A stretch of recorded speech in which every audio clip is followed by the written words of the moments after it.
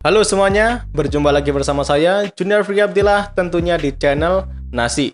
Nah, kalau videonya seperti ini, itu artinya kita akan melanjutkan kolaborasi saya bersama Mas Joshua kemarin. Nah, dalam kolaborasi kemarin, kita memang membuat dua video. Satu video kemarin itu yang pertama, dan video yang kedua adalah hari ini. Nah, hari ini videonya tentang apa, Bang? Video hari ini, saya sempat bertanya-tanya tentang teleskop dari Mas Joshua, dan juga tentang bagaimana cara untuk memulai hobi astrofotografi. Nah, buat kalian yang penasaran, langsung aja cek videonya sekarang.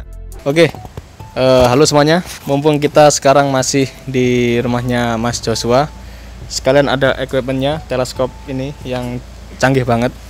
Sekalian kita mau tanya-tanya.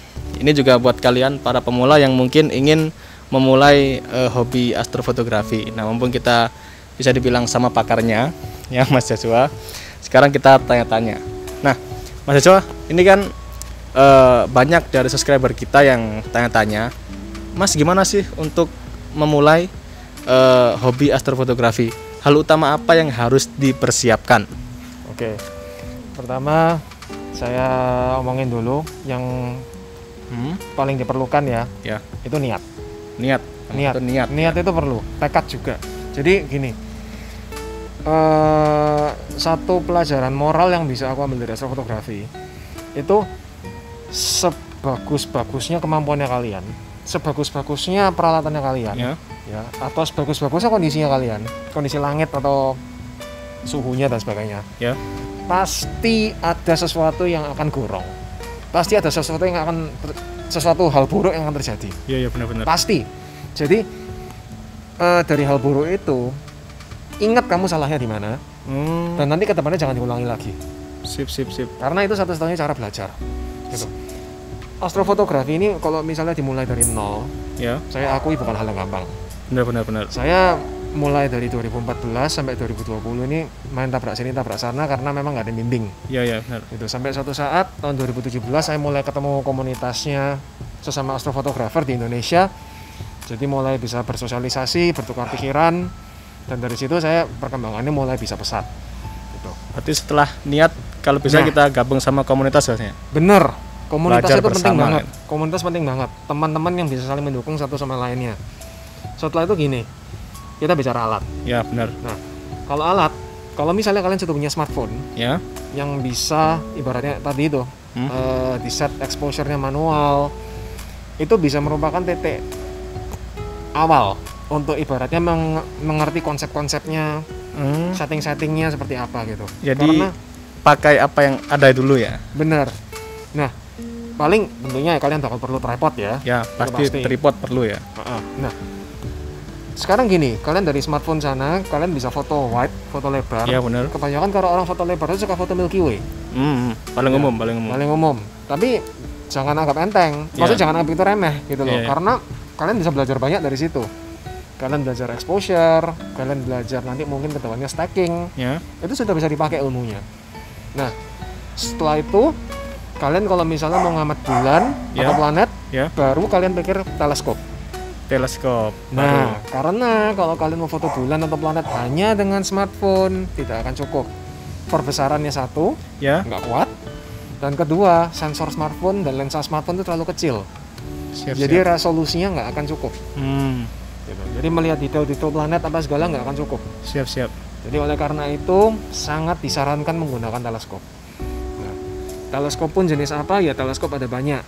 Ini seperti pertanyaannya, orang mau beli mobil pertama kali sebaiknya beli mobil apa? Tentunya ya tergantung kebutuhan kan? Ya benar. Nah, jadi kalau itu pun mau beli teleskop apa ya tergantung kalian mau foto apa.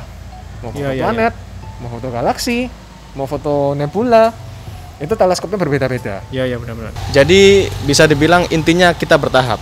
Dari mulai kita bisa pakai smartphone, karena smartphone zaman sekarang kan kameranya udah bagus-bagus, apalagi udah bisa disetting manual. Gitu kan.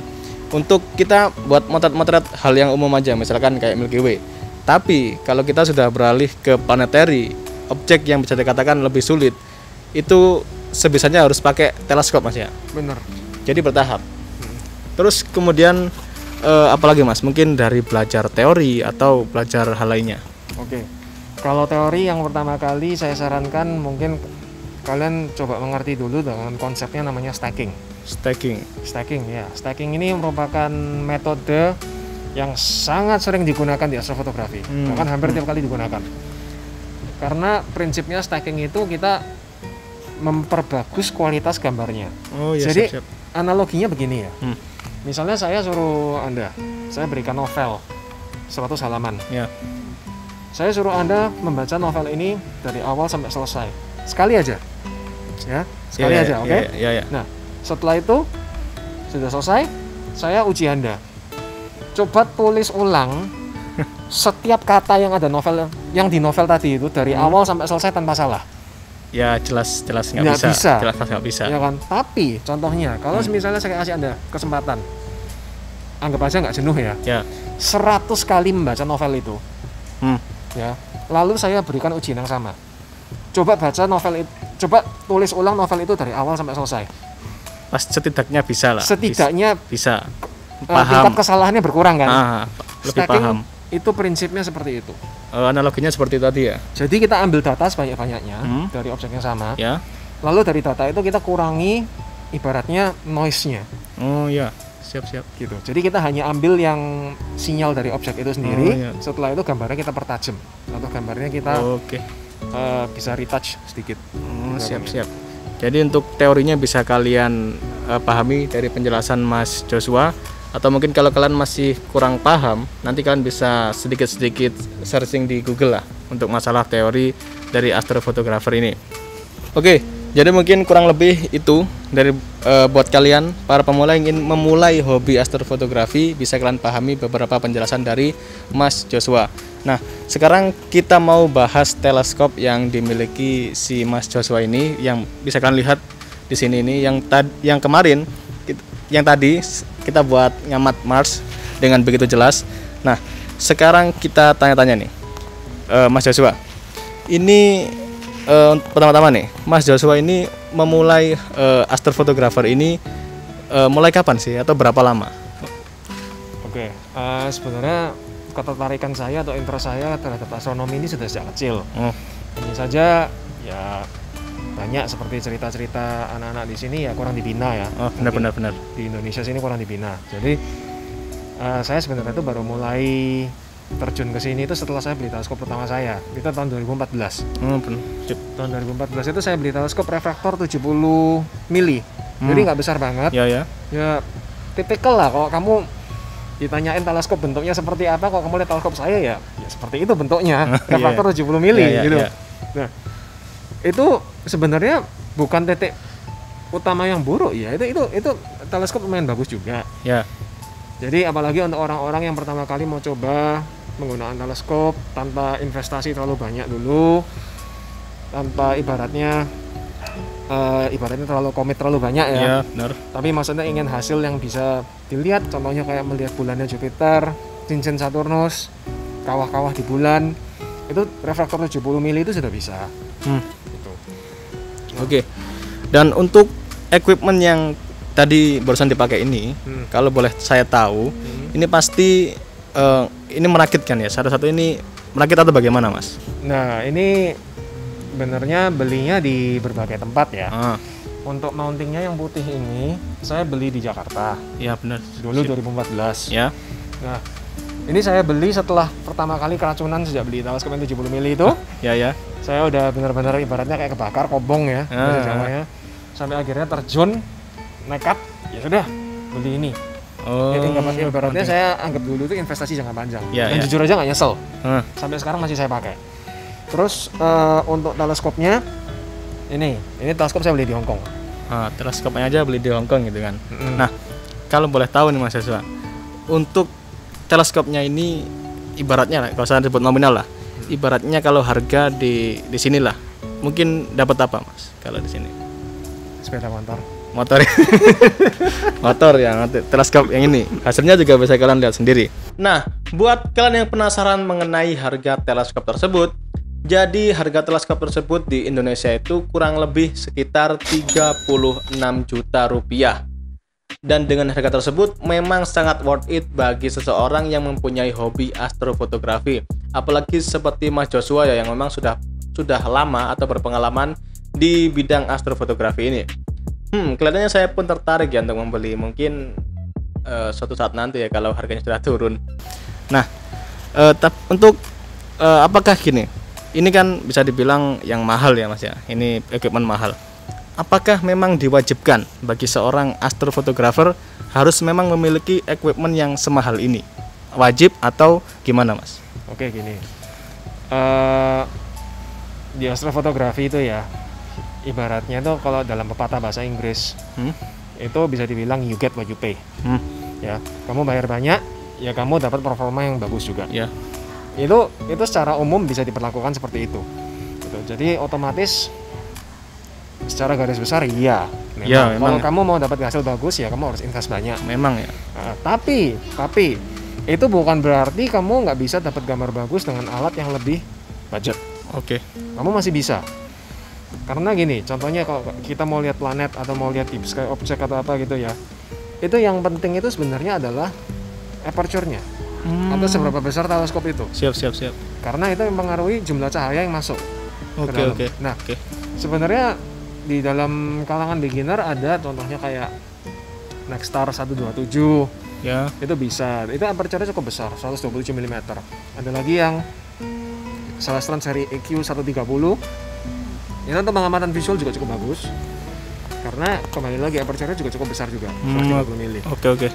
Itu kalangan beginner untuk harganya dan sebenarnya itu cukup capable untuk golongan sana. Tapi terus terang kalau gimana ya, kalau kamu pengen hasil yang benar-benar bagus, wow banget, ya itu nggak cukup. Cuman itu it's good enough. Menurutku gitu. It's good enough. Jadi intinya kalau memang mau tampilan yang bagus, memang diperlukan bahkan alat yang lebih bagus lagi ya. Iya, contohnya teman saya ya di Indonesia yang punya alat lebih bagus ini ada, dari ini ada. Bahkan dan, lebih. Iya. Berapa kali lipat Mas kalau bisa dikatakan kalau dari ini? Nominalnya saya terus dia punya C11, tapi saya C8. Oh iya. Jadi punya saya 8 inch, punya dia 11 inch. Gitu. Jadi ya kalau ngamat planet atau apa bisa dibayangin, gambarnya lebih jelas lagi. Gitu. Lebih tajam, resolusinya lebih detail-detail planetnya lebih nampak jelas. Oke. Jadi teleskop yang semahal ini saja di atasnya masih ada yang lebih wow lagi Mas ya. Iya. Jadi memang benar kata Mas Joshua tadi, kalau memang ingin hasil yang lebih bagus lagi, memang diperlukan alat pendukung yang juga harus lebih bagus juga. Nah, tuh kurang lebih itulah teman-teman. Berbicara mengenai teleskop yang harganya nggak main-main ini, pastinya sudah berkontribusi banyak Mas Joshua ya untuk membantu pengamatan jenengan, gitu kan. Nah, kalau boleh tahu ini, beberapa hasil dari pengamatan teleskop ini yang terbaik menurut Mas Joshua itu pengamatan objek apa Mas? Oke, ini kebanyakan saya pakai untuk mengamati planet karena dia 8 inch bisa dibilang menghasilkan resolusi yang cukup tajam. Benar. Tapi kadang ini bisa juga digunakan untuk mengamati contohnya seperti gugus bintang. Gugus bintang karena apa? Resolusinya dia tajam, jadi dia untuk ibaratnya nge-split bintangnya supaya bintangnya lebih kelihatan jelas. Kemampuannya cukup bagus. Bahkan dari langit perkotaan bisa. Terus waktu itu saya pernah coba menggunakan ini untuk melihat nebula Orion dari langit kota. Itu bisa dilihat. Bahkan di tengah-tengah kota gitu. Visual kita bisa melihat. Iya, saya menggunakan teleskop ini bisa. Bahkan dengan polusi cahaya di daerah perkotaan saja. Bisa, iya tentunya cuacanya harus bagus. Oh iya, dukung cuaca juga. Tapi ini udah luar biasa loh Mas. Di tengah kayak polusi cahaya yang kayak gini mendominasi gini, bisa lihat secara visualnya udah luar biasa loh Mas ini. Iya, tapi ingat begini ya, visual dan astrofoto itu tentunya berbeda. Kalau visual kita seperti melihat awan nebula yang berwarna merah, apa itu nggak bisa karena mata kita terus terang. Benar. Sensitivitas terhadap warna merahnya itu jelek. Benar. Tapi yang kita mungkin bisa lihat sedikit kehijauan, sedikit biru di nebula-nebula itu masih bisa. Provided dengan syarat bahwa nebula itu dari awal terang sekali. Contohnya seperti intinya nebula Orion. Pusatnya nebula Orion, daerah trapesium situ. Itu terang sekali. Jadi kalaupun saya foto ya menggunakan kamera astronomi saya, setiap kali saya expose dengan lama itu daerah selalu jadi putih, blow out, saking terangnya dia. Nah itu kalau dilihat dengan mata, itu saya bisa lihat detail awan-awannya di situ. Nanti saya kirimin deh. Oke, siap. Gambarnya. Nanti kita tampilkan di sini semuanya. Nah, seperti dibilang tadi, kalau Mas Joshua memang memberitahu atau mengasih lihat saya beberapa hasil pengamatan yang luar biasa. Kurang lebih sih seperti ini. Bisa kalian saksikan bersama.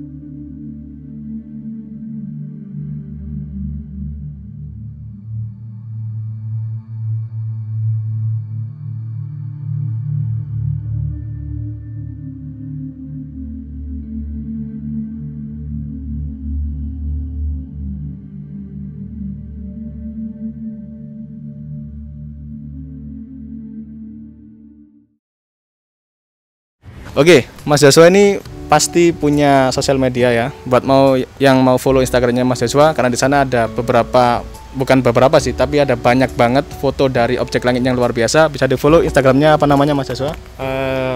@joshua.a.anderson. Nah, bisa kalian follow kalau kalian ingin melihat objek langit yang mungkin beberapa difoto sama teleskop ini. Nah, di sosial media kita kan tahu Mas ya, penggunanya juga nggak mungkin semuanya tahu astronomi. Bahkan dari beberapa orang bahkan mungkin meremehkan apa yang kita dapat dari jeripaya seperti ini tadi. Nah, pernah nggak Mas waktu share foto di Instagram atau di sosial media lainnya lah, paling umum lah, mungkin ada salah satu komunitas flat earth yang mengatakan kalau foto tersebut mungkin rekayasa atau bahkan menghina apa yang dilakukan oleh Mas Joshua ini. Pengalamannya gimana Mas? Oh pernah. Pasti pernah. Jadi gini loh, saya nggak mau menghina ya. Iya. Cuman ibaratnya gini, saya anggap dan dari antara kalangan mereka sendiri pun, saya masih bisa melihat beberapa orang yang sebenarnya masih ingin belajar, dan beberapa orang yang bebal. Kalau orang-orang yang bebal lupakan saja. Oke. Kalau yang masih ingin belajar itu yang menurut kita masih bisa diselamatkan. Bisa dikasih edukasi lah. Iya, bisa diberi binaan ya. Benar-benar. Supaya mereka ibaratnya lebih mengerti. Karena menurut saya begini, mereka itu sebenarnya punya ibaratnya tuh the will to learn ya ibaratnya. Jadi punya ibaratnya keinginan untuk belajar. Benar. Hanya saja mereka mendapatkan ilmu dari sumber yang salah. Oh iya. Gitu ya. Belajarnya mungkin dari konspirasi gitu ya. Benar, jadi gitu. Jadi maksudnya kalau kita memberi arahan yang benar, contohnya kalau kita mengajak pengamatan bersama, atau contohnya kita memberi ibaratnya pengajaran yang benar ya, atau memberikan dasar-dasar teori atau landasan teori yang bagus, mereka tentunya kalau mereka rasional ya, mereka tentunya akan berubah pikiran. Tapi kebanyakan mungkin lebih ke bebal tadi Mas ya. Iya. Kalau sudah terkena doktrin memang susah lah. Tapi bukannya itu tugasnya kita. Iya mungkin edukator kan ya harus harus ibaratnya membina kan. Yang terpenting kan kita memang memberikan informasi sebenar-benarnya Mas ya. Karena apa yang kita tangkap ya seperti yang kalian lihat tadi saat kita melakukan pengamatan terhadap planet Mars, bukan rekayasa, bukan sekedar visual belaka, bukan sekedar animasi. Jadi bisa dibuktikan sendiri kok sebenarnya. Cuman memang dari kalangan mereka Mas yang mungkin lebih bebal gitu tadi ya. Bisa dibilang begitu. Nah, jadi kita bukan menghina ya, tapi ya namanya juga pengalaman gitu kan. Semua pasti punya pengalaman mengenai pahitnya kayak gitulah ya. Oke, jadi pada intinya ini kita tidak menjelek-jelekan orang yang percaya tentang flat earth Mas ya. Jadi gini Mas, untuk penutupan satu kata buat flat earth yang bebal, satu kata buat flat earth menurut jenengan pribadi. Aku sebenarnya nggak mau jelek-jelekin orang, ya, cuman aku pengen gini aja. Mereka itu kan sangat ibaratnya mengagung-agungkan yang namanya research sendiri. Iya benar. Research flat earth apa segala. Kalian paling enggak ibaratnya coba dong beli teleskop. Soalnya ada beberapa di antara dari mereka yang nggak percaya kok planet aja itu ada. Gitu. Itu parah sih. Iya. Nah, setidaknya lah kalian lakukan sendiri observasi secara independen, buktikan, prove it to yourself. Buktikan itu buat kalian sendiri. Benar. Ya oke kan, kalau misalnya itu beneran ada ya ibaratnya flat earth salah. Kalau misalnya saya mengada-ngada misalnya bener-bener nggak ada planetnya ya artinya memang flat earth benar. Jadi kan cara paling bagus bagaimana ya kalian buktikan sendiri. Benar. Itu kan. Nah sebenarnya sains cara kerjanya begini. Ya, dengan bukti ya. Benar. Sains itu cara kerjanya dengan bukti. Bukan sekedar kayak omongan kayak keyakinan gitu ya. Bu ya, sains itu ada bukti. Benar. Oke, jadi mungkin itu saja video kali ini. Terima kasih buat Mas Joshua. Kita sudah diizinkan ngamat bersama walaupun saya istilahnya nebeng. Saya sangat terima kasih. Nanti di next time kalau ada fenomena-fenomena lagi kayak ini oposisi mungkin Jupiter tahun depan Mas ya. Iya. Mungkin tahun depan kita bisa kembali kolaborasi lagi. Dan akan diupload rutin di YouTube Nasi. Oke, sekian yang bisa saya sampaikan malam ini. Terima kasih sekali lagi buat Mas Joshua. Buat yang mau follow Instagramnya bisa langsung follow Instagramnya Mas Joshua @joshua.a.anderson. Nah, dan juga ikuti Instagram pribadi saya karena Instagram Nasi dinonaktifkan gitu kan. Oke, sampai di sini dulu. Terima kasih sudah menonton dan sampai jumpa di video selanjutnya. Nah, jadi mungkin itu saja video tentang kolaborasi kita kemarin. Memang hanya kita buat 2 video karena waktunya juga terbatas dan mungkin di next time atau di kesempatan lain saya akan membuat video kolaborasi yang lebih panjang lagi, lebih bagus lagi dan lebih menarik lagi. Oke, jadi sekian video kolaborasi kali ini. Ini memang 2 video. Terima kasih buat Mas Joshua sekali lagi yang sudah mengizinkan kita untuk mengamati bersama. Dan terima kasih juga buat kalian semua yang sudah mendukung channel Nasi hingga detik ini. Dan sekarang kita akan OTW ke 300.000 subscriber dan semoga cepat ya. Dan buat kalian yang tanya-tanya tentang Instagram Nasi, jadi untuk Instagram Nasi memang sampai sekarang masih belum bisa dipulihkan gitu kan. Tapi tetap saya usahakan. Untuk sementara kalian bisa langsung follow Instagram pribadi saya. Di situ nanti akan ada update mengenai video baru dan mungkin info astronomi lainnya. Saya usahakan lah. Oke. Sekian video kali ini, semoga bisa menghibur dan memberikan wawasan baru mengenai dunia astronomi kepada kalian semua. Saya Junior Afrika Abdillah mengucapkan banyak terima kasih dan sampai jumpa.